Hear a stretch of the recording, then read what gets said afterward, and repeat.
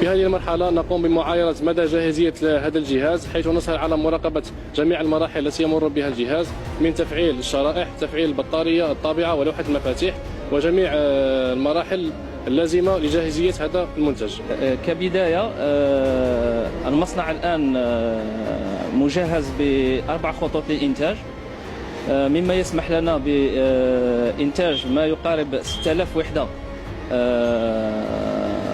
يومية لأجهزة الدفع الإلكتروني.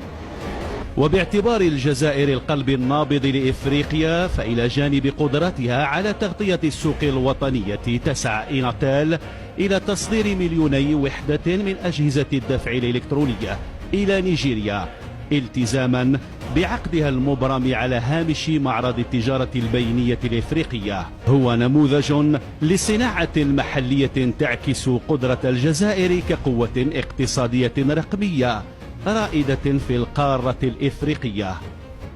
ANS 24 heures.